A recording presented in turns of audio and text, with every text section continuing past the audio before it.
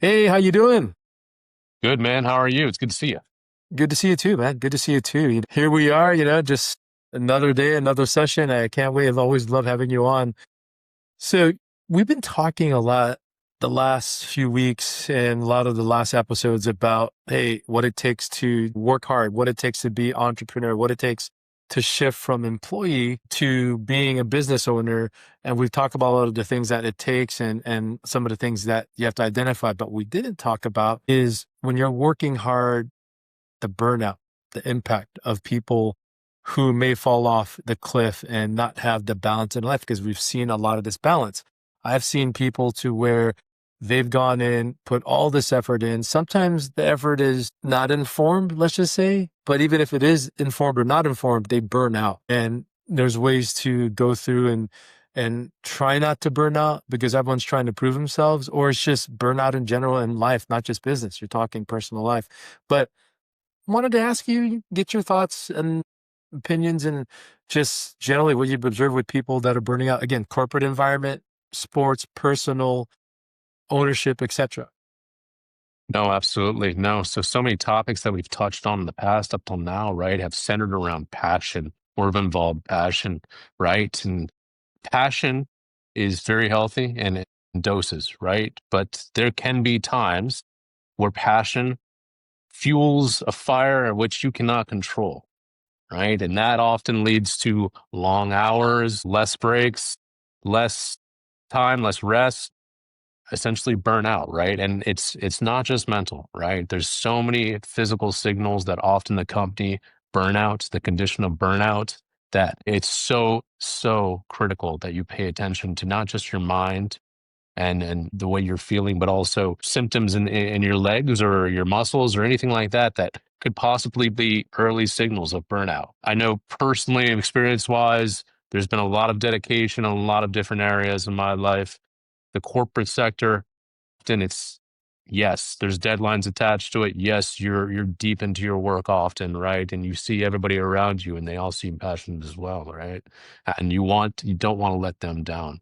So often is the case where you may want to stop, but you see everybody else going and you want to continue to go for them, right? There needs to be there needs to be dialogue between your team members and yourself for one. Everybody needs to be taken care of. Everybody needs to take care of each other, right? And I've been fortunate to work at a lot of workplaces where mental health and peace of mind are top of mind often. There's a company I've worked for in the past where we start off each session with a safety moment, right? And just mental health awareness takes up a full month on the calendar, right? And that's critical for everybody because you cannot lose sight of it. If you get too deep in the weeds with what you're doing, whether you're working on a project or a goal, working towards a goal, you can just ignore the signs that are just all around you that seem so evident if you take a step back. But if you're just so tunnel visioned on accomplishing what you're setting out to do, you can also often just be blinded. I like one thing you just mentioned. I wanted to expand on it, right? You know, people feel like they have to do more. I in whatever setting, would you say what you've observed? Why do you feel like people like, okay, I got to do more. It's not enough. I got to do more. Is that a fear of missing out? Is that more of a stress thing? Is that an uninformed? Like, why would you say people are doing that? Yeah, I mean, so often, aside from the whole not letting you wanting to let your team members down, it's also if you take a step back and you say, no, I've hit my limit, you can have this perception that you will be perceived as not dedicated, right? And not as passionate and not as involved in the project, right? They'd be seen as almost weak in some circles too. Perhaps if you're, a testosterone driven man like we are, oftentimes too, you don't want to be perceived as not giving it all, giving it your all, right? Grit. I think grit's a great word for it too. Um, it's so often the case where we want to fuel the fire. We see everybody else around us, and we just don't want to let the people down. We don't want to be perceived as weak or less than dedicated. Yeah, and we've all gone through it. We've all gone through feeling burnt out for whatever reason, whether it's professional, business, personal, life in general. I mean, holidays, just passed, and it's like, oh man, that was a lot. I don't want to say I was burnt out. It was refreshing.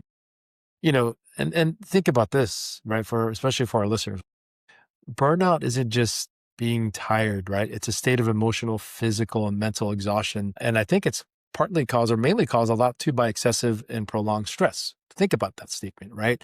It happens when we feel overwhelmed. I feel overwhelmed sometimes with a lot of this stuff, being emotionally drained, right? And unable to meet constant demands at times, right? And those demands are a lot. And, how do those demands, or if you were to break it down, impact us or people and how do we navigate our way out of it, right? Like, what does the burnout feel like, and it shifts our internal monologue. And we have these kind of recurring thoughts, at least, I do. And I know others I've spoken with have. I remember people telling me that I've advised, like, does any of this matter? Like, think about that. Does any of Mm. this matter? That's kind of like being that's cynicism and detachment, right? And again, I'm not trying to get psychological, but just thinking about that. I'm failing at everything. You mentioned something earlier, but I don't want to miss out on this, right? I hear people saying, oh man, I'm failing at this. And that's kind of, what would you say? I've heard this term, reducing sense of accomplishment, right? Mhm. And about, I just need to get through this week, this month. And people are just surviving, not enjoying. That to me is losing the joy sucks. But then I have nothing left to offer or to give. I always like this term. That's emotional bankruptcy, right?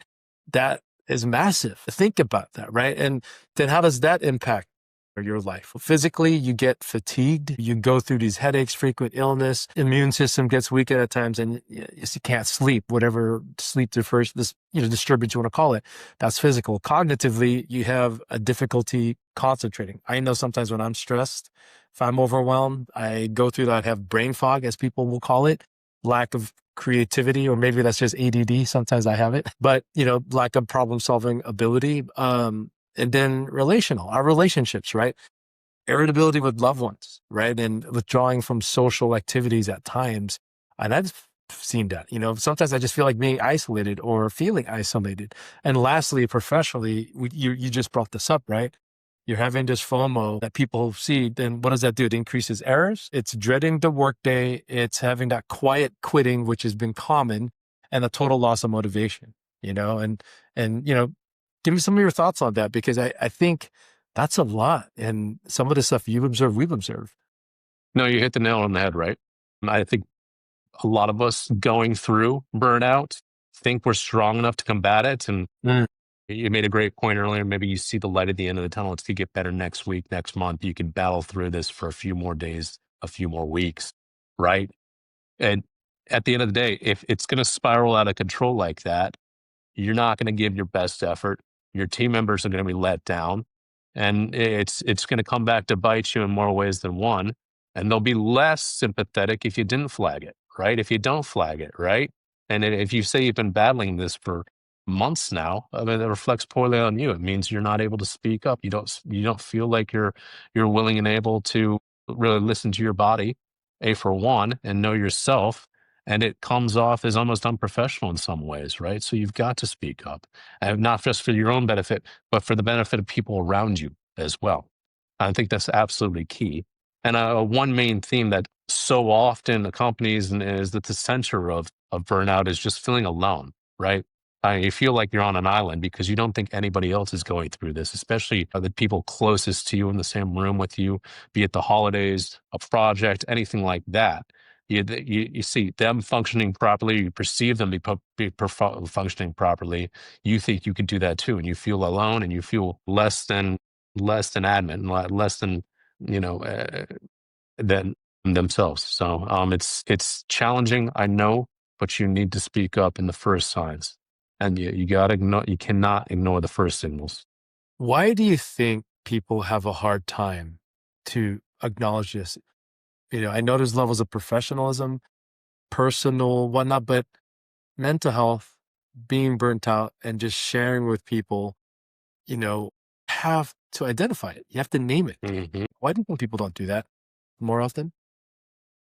More times than not, it's probably just not being able to listen to themselves, to Yeah. actually notice the signals, It's right? you're Like looking maybe you've inward. I like you've that. Yeah. gotten over a cold recently, or Yeah. you've battled some injury in the past, right? And you think it's just maybe residue or a similar reaction, right? And it's you're not fully there. You're not fully in tune with your body. So that's where, meditation, yoga, practices like that, getting more in touch with yourself really helps in that capacity, I've seen. And then, it's discipline as well too. You're just not even focusing on what you should be focusing on. You're just tuning out everything else around you. So yeah, it comes down to fatigue is not all exhaustion is burnout too. Sometimes it's misalignment too. So let's bring that into the fold as well too. It's I you know, fatigue improves with rest, burnout does not, and Yeah. that's And, key. yeah, I love what you said too. And, things that I always think about, right? Like, how do I get past it? Like, what is my process to, let's just call it recovering, right? Hmm. Because let's just say recovering is, I don't know, rarely talking about the long vacation, right? People always say that, say, I need a vacation from the vacation, right? It's about restructuring how we interact with our responsibilities, I think, right? I think, we need to acknowledge and audit ourselves, like know what we cannot fix, things that we're not having control on. Again, it's not about having the control freak thing, but it's just more of like, we can't fix what we don't name, like I said earlier, right? Identify what's draining us. What's draining you. Hmm. I know what's draining me, but is it the volume of work that we're having? Is it the volume of interactions? Is it the lack of control, like I just said earlier? Is it a toxic environment, or is it perhaps a lack of reward, right? And then when you identify those things, I always think about like, okay, I've got these things written down. It's important to write things down. Then how do you reset it, right? Like, and it's not just saying, oh, I'm going to go to sleep and I'm going to do this. And it's like sensory rest, right? Silence, social rest, time away from people, and mental rest, right? I think that is key. Like, we do a lot of stuff on social media. We'll scroll.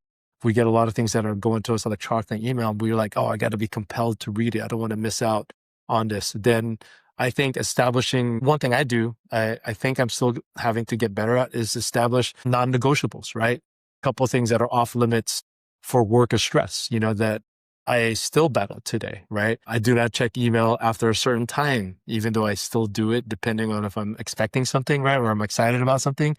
Or, I think this is something I do well. I'll go outside and get some air, walk around, just de-stress, kind of like to shake it around, right? But then we rebuild ourselves. And I don't know if you do this or have tried this, but micro wins, right? If, getting burnt out and I'm seeing like there's big goals, yes, we got to get it done, but focus on the tiny things. But I'm not saying do what's easiest first. You know what I mean? I'm talking about what is manageable, but then rebuild back, but know that I have to get back to some of the most critical things I might have missed, right? So it's always like spending time, but I think the last thing, my opinion, is seek that external support, right? A lot of people don't like to talk to people. We talked about the mental health side of it and burnout. Like, I'd reach out to you, I'd reach out to people if I'm feeling stressed because, hey, that's how close I am, or the trust factor. Well said. Well said. Absolutely. If you notice anything, again, small changes lead to big results sometimes. Like you said, control what you can control, but also do not keep it to yourself. If you notice something, whether it's in your personal circle, in your work circle, say something, flag it. Those people care about you, no matter how much you believe they want to accomplish the goal, hit the target, have a good Christmas. They care about your mental health first and foremost, anything else. So take care of yourselves first and foremost.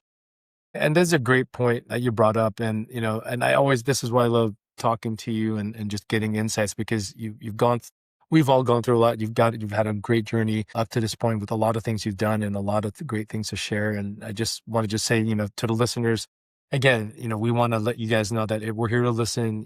Again, we want to share our experience, our knowledge, our failures, our challenges. We're never said we're perfect. Anyone that says they are, they're full of it. They're full of shit. So, we're human just like you. Please share with us, comment, subscribe, follow, and let us know if there's anything else. We'll reach out to us directly. We'd be more than happy to help guide and give insights and do things. Again, we're here for you guys. So, my friend, thank you so much. I wanted to just thank you again for everything. Hey, to everyone listening, love you guys. Have a great night. Have a great day. Take care. Thank you. Be well. Take care.